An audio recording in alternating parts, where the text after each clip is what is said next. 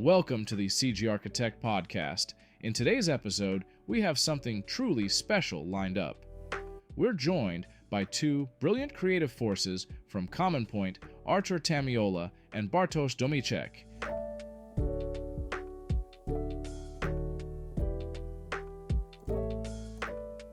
Artur is the kind of guy whose curiosity knows no bounds. He's dipped his toes in just about every creative field you can imagine. Art direction, 3D animation, video editing, color grading, coding, you name it. He's always asking questions, always trying to figure out how things work. And when he's not busy creating, you can find him either gaming on his PS5, playing Go, or spending time with his family on those cherished hikes and outings.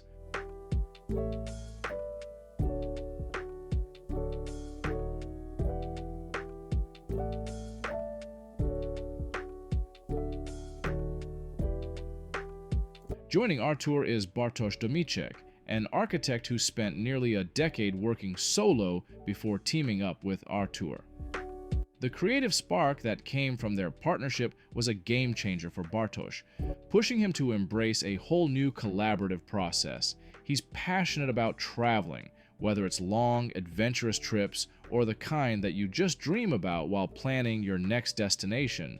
And when he's not traveling, he's diving into complex board games or cooking up something amazing for his friends.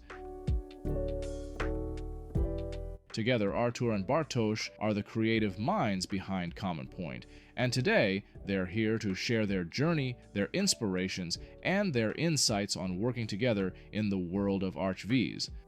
So grab your headphones, sit back, and let's dive in.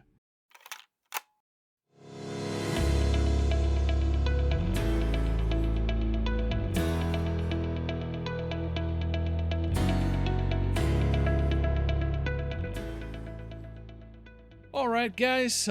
First of all, thank you so much for joining us on this new episode of the CGarchitect Podcast.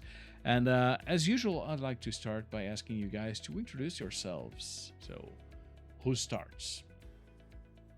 Bartsy boy. Oh, okay. So let's start with me. So I'm Bartosz, and I'm like half of this CommonPoint team. And like professionally, I'm architect, but pretty much like 1 year after finishing university, I started doing Archviz and pretty much any kind of various CG stuff, from advertisement to some film production, but mainly Archviz. It was like this my main subject of interest. And for like almost 10 years, I was freelancer, working alone. I even had this presentation at Total Chaos, which was called like Lonesome Traveler, and it was about how it's great to work alone and being able to achieve everything alone.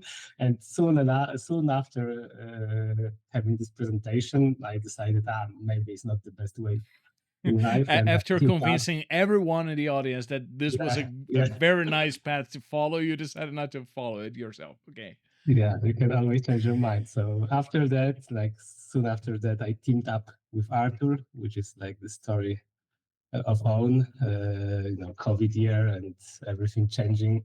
And pretty much from that point of my life, I just reinvented myself professionally, like our base of clients, what we do in work and how we do it, how we articulate what we are doing. But basically my background is being architect and Archviz artist, and pretty much experiencing it alone for a very, very long time. And what do you call a very, very long time? Like almost 10 years. So okay, that's a fair time. We are working with Artur for we've been working for the last 4 years, so it's like still about more than 60% of my professional career. So yeah, still a long time. Awesome. How about you, Artur? Yes, I'm Artur. I'm the other part of CommonPoint, and I was forced to celebrate Halloween. This is the most important part about me. But I'm also like a 3D artist, art director, and my whole career was just a chaos, I guess. You're just kind of figuring things out and trying new things, from creative agency, color grading, writing scripts, 2D animation, 3D animation, like all that kind of stuff.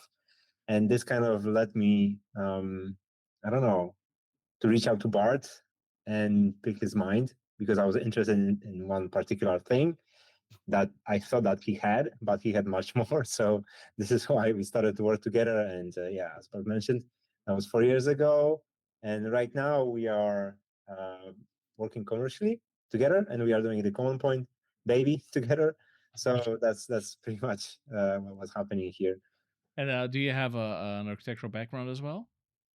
No, far from it. I actually finished IT. So, funny enough, I was going to a music school, I don't know, like university, but I dropped because my parents told me, or I don't know, maybe I kind of told myself that there's like no money there. You should So get a real job. yeah, so I went to IT, but I freaking hated it, like not that much, to like totally quit. So I finished it. I had great friends. I met great people there, but already on the like end of the first year, I was working as a 3D artist, and that's like a story of its own as well. But yeah, like I finished IT and 3D and artistry, like some in some manner was in me before, but I kind of reinvented it and discovered it as I was working commercially later. So Mhm. And what got you guys interested in Archviz specifically? Because, of course, like you just told us that you come from a very different field like IT and stuff like that, and Bartosz was already an architect and all, but there are so many things that you can do in computer graphics, right? Like you can do animation, you can do advertisement and everything. What got you guys into Archviz? So maybe I will start. Like, of course, the way from architecture to archivist is pretty short, but somehow it's like the long origin story that I was always very much about experiencing space on a deep level. Like there's even the story that when I was a child, I almost had no people present in my dreams on these spaces. Like the people that were in my dreams were like, no faces, just like some NPC characters. But the experience, that would explain a lot, Bart. yeah, but I could just, experience various spaces, go through them, and remember all the sequences and how I felt. So I felt this deep connection with how the world is built in a spatial manner, and I kind of went to architecture to also explore it. And of course, now it's like not so weird anymore, but still, I feel this connection, and I feel some weird satisfaction just exploring how the space can be represented and maybe what future can bring in terms of us representing the space also in VR, in some virtual architecture. This kind of stuff, this really excites me. Mm. And you, Arthur, did Bartosz just convince you that this was a real job? Actually, funny enough, like you asked what made us like into ArcGIS, and I'm not sure I'm into ArcGIS, honestly. I don't even like the people I work with, to be honest. Like That's not true. Like I like to like hang around with cool people. Like people are like, I don't know, kind of brings me into this industry. I'm more or less into beauty and art in general. But if there was one situation when Johannes Lindqvist said that if I need to make another interior image, I will die inside or something. Sometimes it's literally like a feeling like that, But in general, I can appreciate like beauty, colors, composition, all that kind of stuff. And architecture is a way, to express this kind of beauty. But it's not that it's only architecture. I very much like music. I like video. I like commercials, motion graphics, like all that kind of stuff. So 3D as an Archviz is just like I don't know, like a branch of it, but it's not that architecture. And especially working with Bart, like he's such a great designer that there's like no room for me to be creative in this space. I'll always be just chasing him. So I would prefer to focus my I don't know, like my true love in different spaces when I truly kind of shine, I would say. It's also difficult to get like satisfied creatively in architecture because the process takes so many years and people and gets watered down and there are a lot of compromises. But Archviz is like architecture in the form of an instant soup, so you can just create something over the weekend and really have this like dopamine kick and keep the wheels turning, and it gives you the satisfaction without the entire exhausting process. So this is what also like was this kind of sweet spot for me. Yeah, it's interesting that you mentioned that because I feel just like that. I feel the same about architecture because I'm an architect myself, and when I started doing Archviz long time ago, I'd say well over 10 years ago, I was like, I found out that the Archviz thing was giving me this satisfaction of being able to create my own designs and seeing them come to life in a much faster fashion.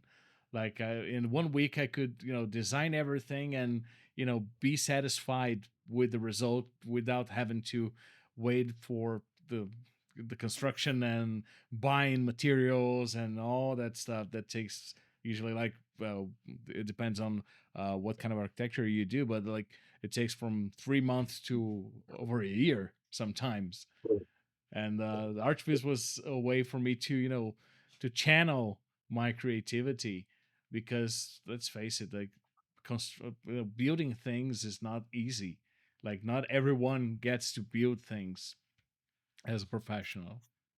Yeah, 100%. And also, it's this satisfaction hardly comes from the commercial project. So this was also what was important for us in the past when we worked alone. Like I worked on many personal projects, Artur as well, and kind of this changed into CommonPoint. Like CommonPoint is kind of our personal project 2.0. So we want to develop in a way that we fulfill artistically doing it. So we still like creating images for the sake, but also now it has like this additional layer of importance. So we do something by this creation, like we educate people or we just articulate something, and it has this additional purpose. But still, it's like on the deepest level, something for us to feel fulfilled.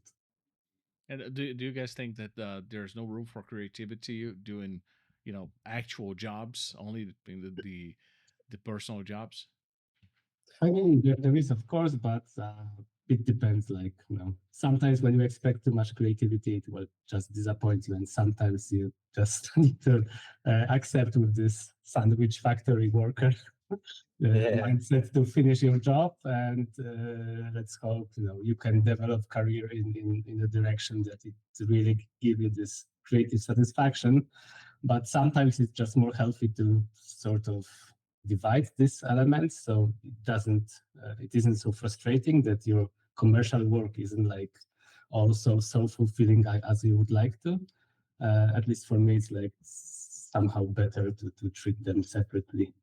Yeah, and I would even say that if there's no room for creativity in any of the commercial projects, then those are like totally the least that I would like to do. Like even if I make, and I do like a lot of repetitive images, I always try to kind of find a room for something that I'm like, okay, I saw something here that I may adapt, or I don't know, just throw myself a little bit of a challenge every now and then. So I think like in anything that you do, because 3D lets you kind of combine the hobby with a job. So I would argue that in best case scenario, you would find a room for creativity with anything that you do. And just one last thing is that I would say that shit, I lost it. What was that? But anyway, you understand. Okay, Wonderful. we agree with you. We can feel your pain. Don't worry. Yeah. I Now, had such a good idea. I forgot about it. no Anyway. problem, no problem. Now, tell me a bit about CommonPoint. Like, it's a course platform. It's a creative outlet for you guys to, to channel your creativity. What is exactly CommonPoint? How does it work? What can people find there? Yeah, so I think starting from the like how it was born and what's the name behind it, I think this kind of sells the idea of our like initiative, because common point is that we as an artist, as a creatives in different industries, we have this like need to do stuff, and we do things in a different way, but there's most certainly some common ground between us. So we're gonna kind of dial in and zone in on those like similarities, because we don't want to essentially reinvent the wheel as we are doing things. Like, we need to share knowledge so we grow from our past mistakes and all that. And yeah, there's so many things that we literally do the same, and that's the common points between us. So, as we were talking about art, talking about color, talking about the color of the sky, or I don't know, some technicalities, we were talking and constantly discussing what's the bottom line here. So if you go at the deepest level and you have this wider angle perspective on it, then you can kind of express and articulate those similarities. So I think that's like the initiative from my point, just articulating the similarities in a way that's like so obvious that you cannot even deny it, Mm-hmm. And on the practical level, this is also, kind of our escape to at least partially leave production. I mean, you should understand it very well, like that the production can be super taxing, and like especially spending 100% of your time in production can be really leading to a burnout or something. So having like this side gig, focus on something else, like having it develop in the pacing that we like, and also being able, to earn some money in the long run. This is something that to kind of envisioned, because we are also like getting older, and it's harder sometimes to keep up with the pacing. So having this like far-fetched retirement plan that maybe there is something else apart from production, some value that we can give to people, and this might change during the time. Like, we don't have like this super crisp idea what common point will be in 10 years. We just do things that we enjoy at the moment and that we think are like valuable to share with people. Yeah, so basically, something like this, some kind of side gig that would benefit us in the long run, and that we could spend our time developing and creating something better and better year after year. I see. And you mentioned retiring. Do you think it's not possible to retire as a 3D artist? I don't know. This industry is so young that hardly anyone retired. No one actually. Yeah. No, I it's haven't like met anyone that would say like, okay, I did Archviz for my whole life and now I'm retired. Yeah, I cannot wait when we are in the retirement houses and we all like, I don't know, have this nostalgia of V-Ray, Irradiance maps, or DMC counters, you know. So that would be awesome. Just And get then some and then geeks. comes a guy with a cane saying, "Yeah, you youngsters don't know how it was when we used mental ray."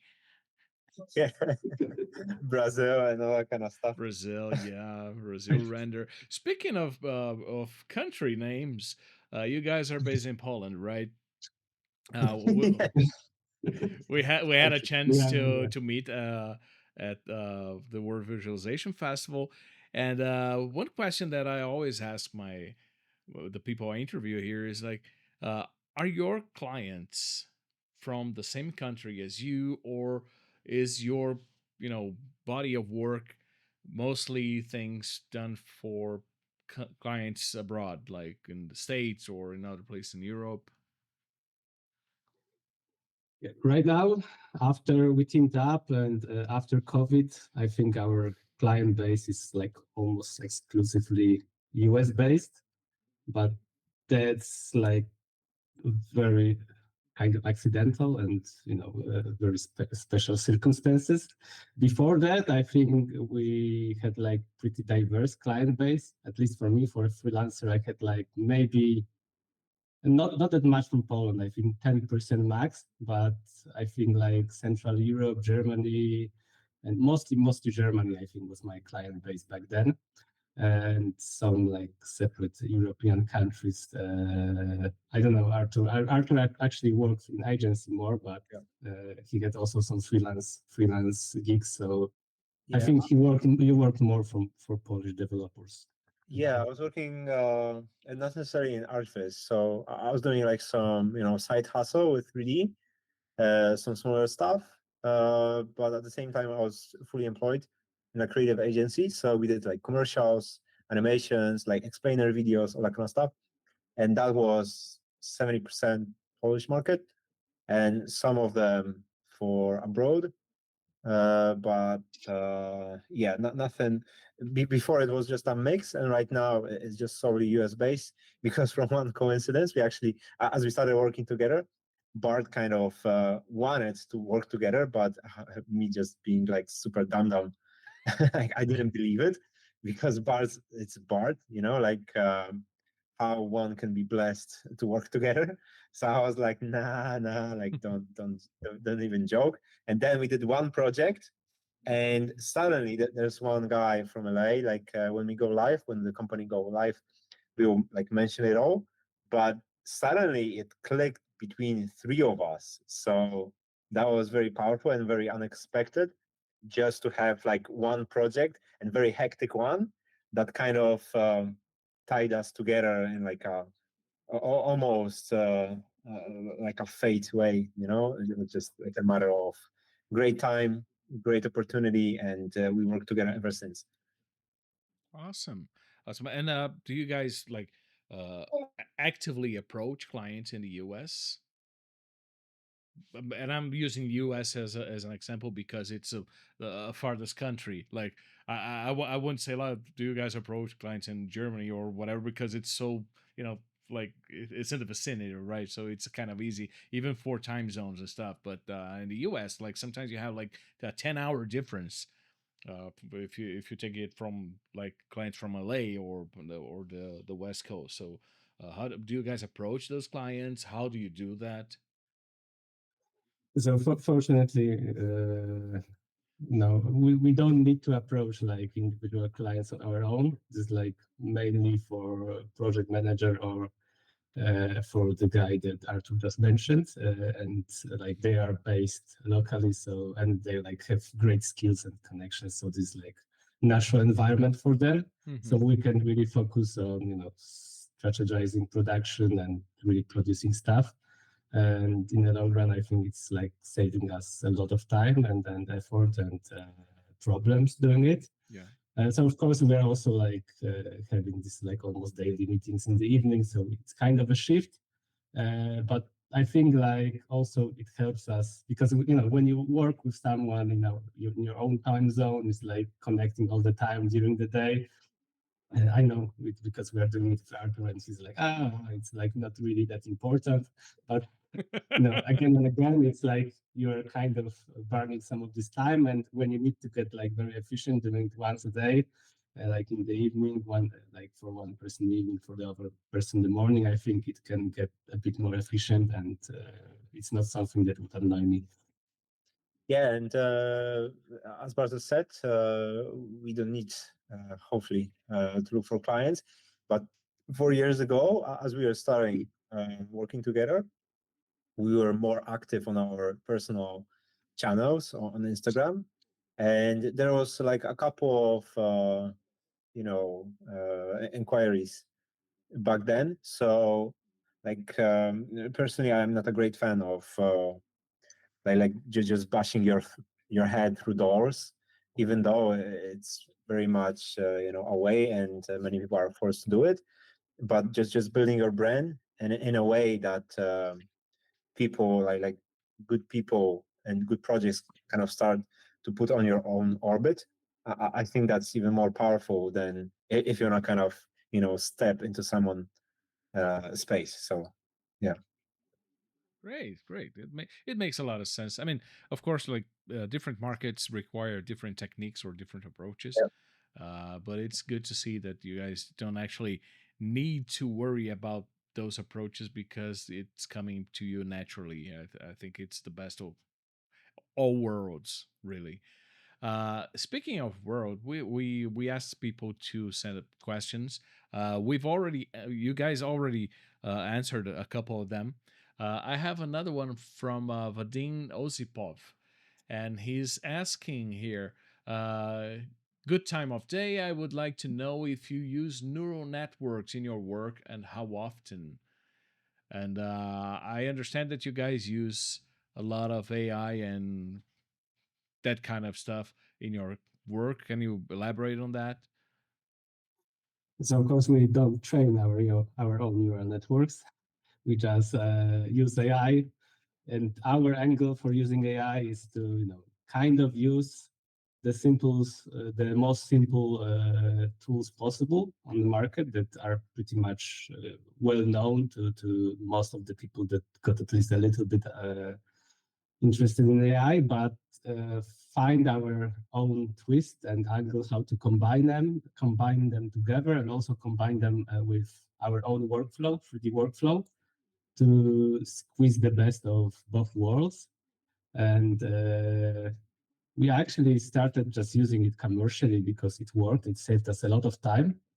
And we figured out so many nice little tricks that in the end we started a bit sharing it with people, and also thinking about doing something bigger in terms of educate people. And it's not like something groundbreaking in terms of creating our neural network or own models that are pretty much changing one thing into other, like something really groundbreaking, but more like really developing this new way of thinking and of approaching our own workflows, all pipelines, and evolving them into this new world. And I think it bears great results, helping to solve a lot of time and also to find solutions to the things that we weren't able to do in the past. So I think this is the answer. Yes, yes, we do. We do use AI. Maybe Artur can add something to this mix. Yeah, in general, in Warsaw, we also got a couple of questions like, do we use ConfUI? Do we use like different models, LoRa's, like all that kind of stuff? And I think our angle, as Bart said, is not so much about like having AI in a vacuum and kind of figure it out separately, but for the very least to exploit AI in a way that how can it disrupt 3D. So we are kind of forcing ourselves not to do it in 3D and take advantage of AI in a way. So it's not that say Magnific can give you like a better production value of your assets. And I believe like many people are still thinking of AI as a layer of awesomeness that just slapped on top of the image. And that's essentially like better 3D models. But this doesn't disrupt your 3D pipeline at all. It's like literally 3D stay the same, but you have like this adjustment layer on the very last part of the process. And what we are thinking is that if this is like a 3D pipeline, like can I shorten it?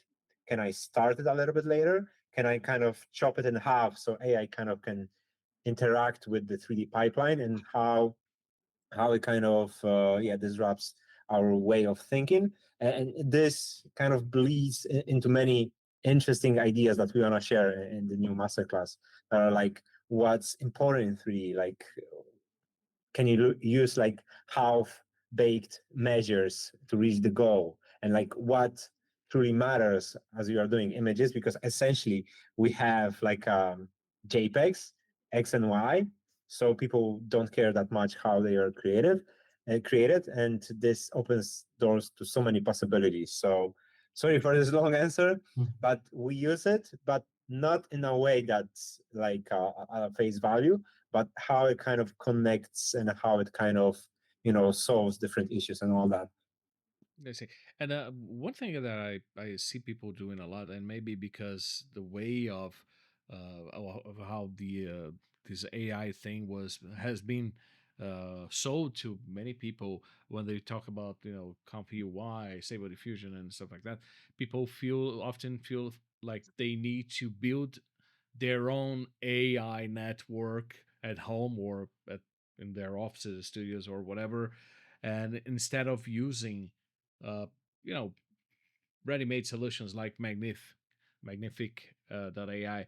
How do you guys feel about that? Do you think that we should actually, learn how to develop the AI tools that we are willing to use? Or should we just look at them the same way we look at V-Ray or 3ds Max or whatever? Like, okay, there's a company developing it. I'm going to pay like a subscription or whatever, so they do what they do best, and I can focus on my work. How do you guys see that? Because it's so different from renders and DCCs at all. Like people never thought, okay, let me create my own version of Blender or 3ds Max or whatever. They just go with whatever is available on the market. How do you guys Like, see it? if you ask someone, should that person learn how to script in Max script, like, is it necessary? Well, it might be nice to have, like you can go on shortcuts in 3D, but is it like absolutely needed to learn how to Max script, especially being like a 3D visualizer? I wouldn't say so, and for me personally, um, if something, okay, maybe like a different angle. So if you have people like a big team and you have people dedicated to doing those, like coding and like exploring R&D, there's tons of R&D, then sure, like go for it. From the conversation that we had, only bigger companies like kind of dip their toes into it. But if you're like every other guy just working as a 3D visualizer, I think there's like so many different angles that can give you an edge commercially and artistically that unless you're like so into it, I wouldn't recommend, at least for now, and trying it out, because there's like so many different AI tools or 3D aspect, like composition, photography, like shading, like all that kind of stuff that eventually will make your images better than just like diving into the nitty gritty of AI programming. Like this would be my take. Yeah, I mean, if you have a studio of 100 people, that would probably make sense to create your own custom AI pipeline. But also this pipeline will have like much higher inertia, and AI landscape changing so fast that in the end you will be always like a few steps behind, because you cannot adapt that quickly with this huge pipeline. So it's like some gains, some lose. And if you're a freelancer, I think you don't need to get super accustomed to a tool, because it will change. There will be new tools. So it's nice to just breeze, the surface of what's available and use something that's really easy to use, but instead lets you develop, your own way of looking at things, like foundation of art and how you create image, how you understand it all combines. And in the end, it will change from the technical point of view, but you will pretty much stay like at the top of the game by this approach if you are working alone. Yeah, and also one thing I want to mention, as a user, what happens with new technologies is that first we have the technology, and then we have the user experience, like just nicely kind of wrap the technology around it. And if the technology isn't there, then we have the situation like now. We have Comfy UI. It's very difficult. Maybe not like as difficult, It's but it's complicated. definitely it's complicated. Like you need like you cannot step right into it and kind of try your thing. So as a user, and this kind of speaks about any product or any technology, like as long as you have something like Comfy UI, it means that it's going to change. Like it's just the back end still is like being figured out. And when we arrive to a point that there's nothing else technologically to improve, then we'll start to like have a nice package on top of it. So this is where the user experience kind of comes in. And I think like eventually, and this is with any technology, like we will get those nice sliders. People will eventually need to have an edge. So the solutions will have just some simpler user experience. And this is like for everyday artist, it's kind of nice time to step in when the technology is already like mostly grounded and you have tools that work for artists, but not for the programmers, So uh, this is like another way of looking at any kind of technology. Like, what's the time to step in? Well, where everything is like mostly figured out, I would say, So Yeah, this whole AI craze thing reminds me of back in the days when we did not have global illumination, and we had to light our scenes with a bunch of lights, even external scenes, to fake everything like uh, bounces and direct light and everything. And then I remember when global illumination came in, some people were like, "Oh, now it's getting too easy. Anyone will be able to create nice images out of nothing because now it can simply calculate the light bounces and everything." And we all know that wasn't true. And I think that that's happening right now. And I think that another point is that people are thinking that it's so accessible that anyone can do whatever they want, but they don't realize how difficult it is to create a node structure for Comfy UI, for example, to do what you want. And that like week after you created your so hard to create node structure for enhancing your images, a new paper came out and now you have other models, so you have to retrain everything and you have to redo everything. Like, people don't realize that the IT aspect or the development aspect of AI, they are just worried that like it's so accessible that anyone can do it, anyone can work with it, and it's not really true if you think about it, because anyone can create whatever they want for Blender, for example. You can create yep. add-ons for Blender.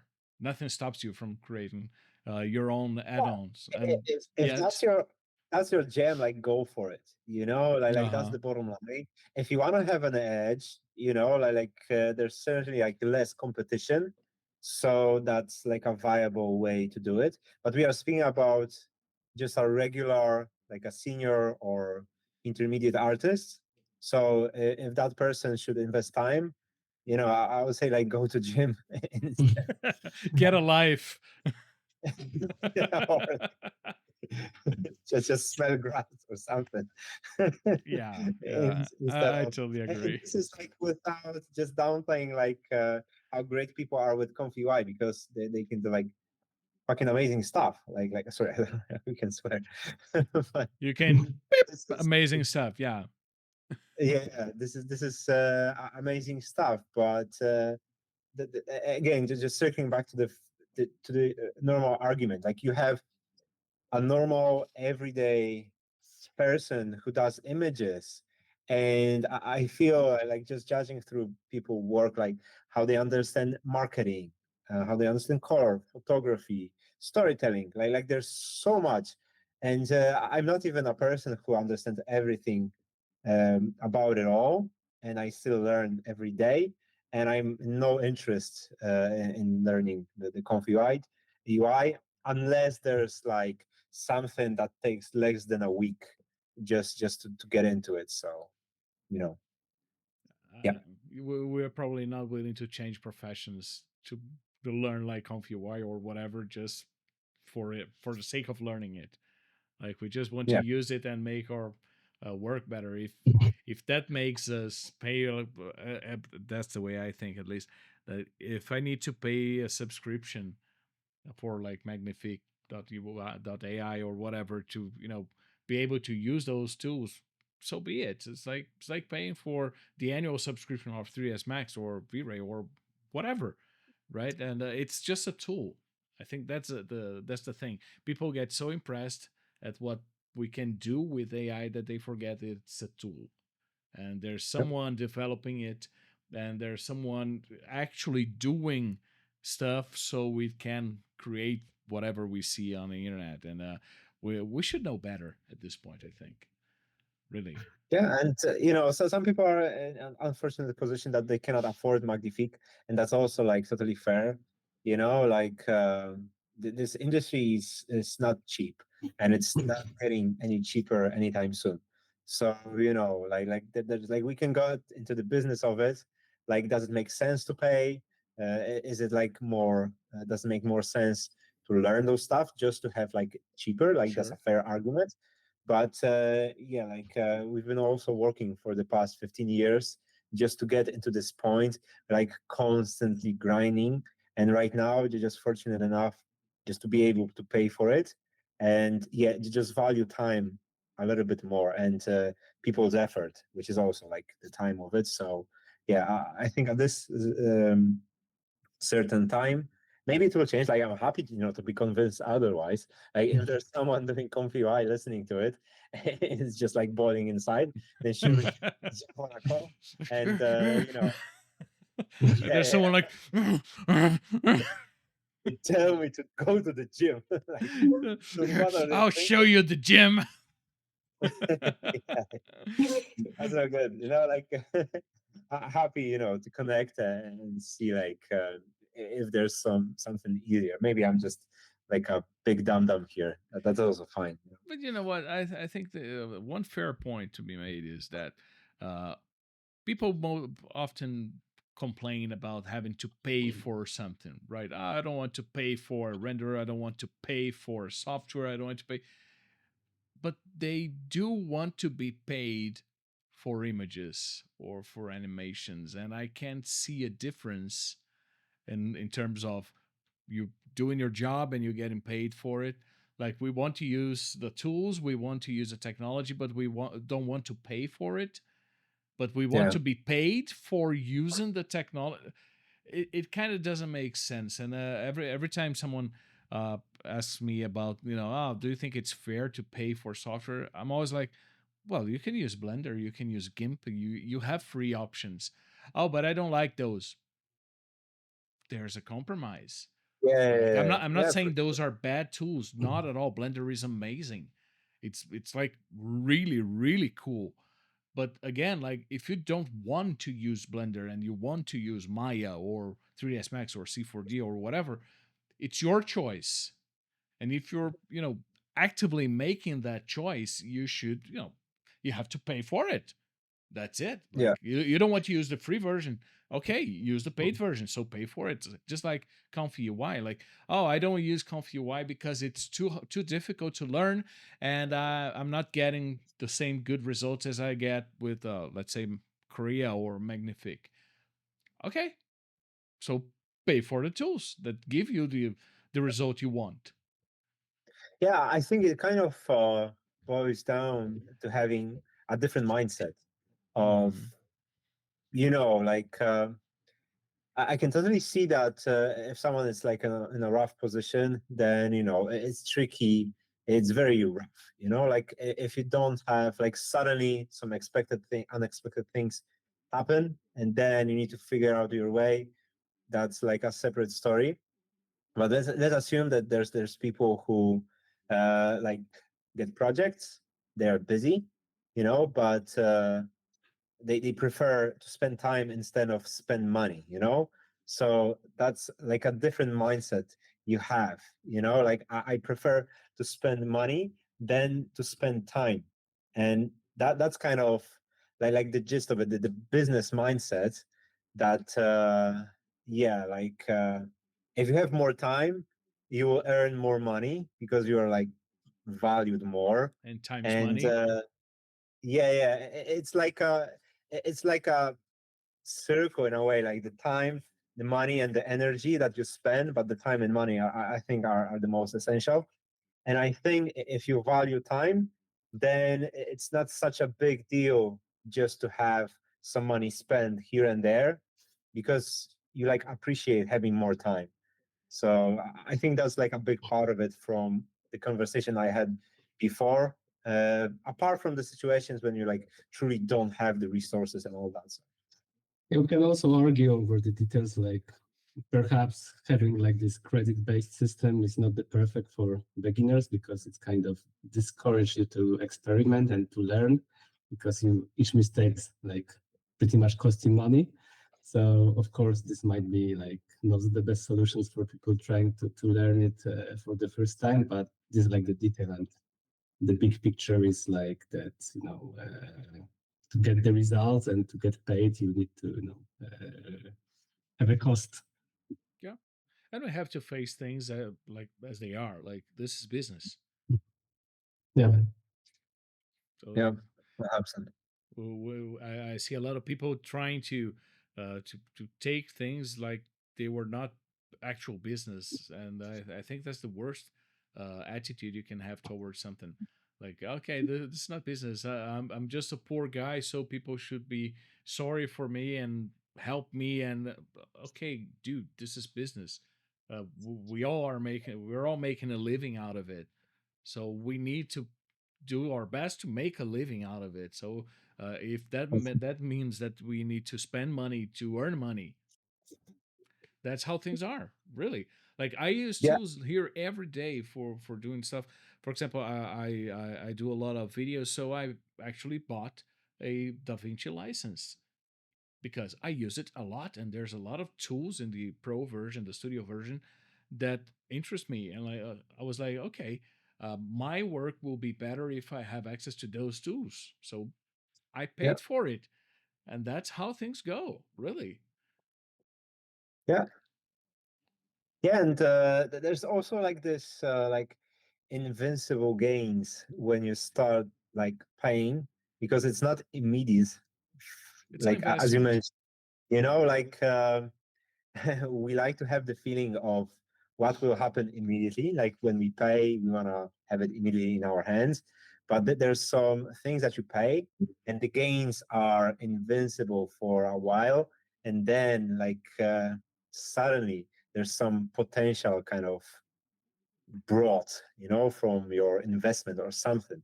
So that's like the other part of it, like.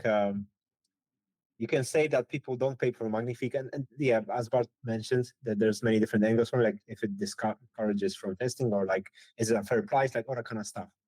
But how about like just having like a better quality of your images, which, I'm not saying like the quality is the most important, but it's like one aspect that kind of elevates your work. And what if this invincible gain kind of sparks something else later down the road? So you're paying for credits, nothing happens, but then like I don't know, your mindset changes, or you like gain time in 3D. So again, like so many different, now that I can see that this kind of paying for stuff can be viewed from so many different angles, depending like what's your mindset again. And it's a means to an end, right? You're not Yeah, paying just because you want to pay for something. You want to, like spend money because you can. You have an objective. You have a goal with that. And if you're spending money, you are actually expecting some revenue to come from it. It's called an investment, yeah, really. And again, business. yeah, We're not spending money. We're investing money. Sometimes it pays off. Sometimes it doesn't. But that's how it is. How things go. yeah, 100%. Guys, I really appreciate this conversation, but I'm afraid it's time to go.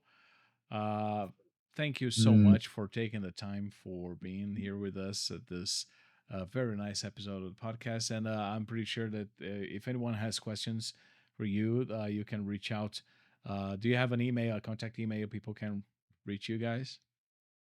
yeah, hello, the That's a very admin interesting at, email address. admin at the CGarchitect.com. No, we have hello at the CommonPoint.com. There you go. Hello at thecommonpoint.com. Awesome. So again, thank you guys. And for you watching us and listening to our podcast, thank you very much for being with us. And we'll see you in the next one. Bye-bye.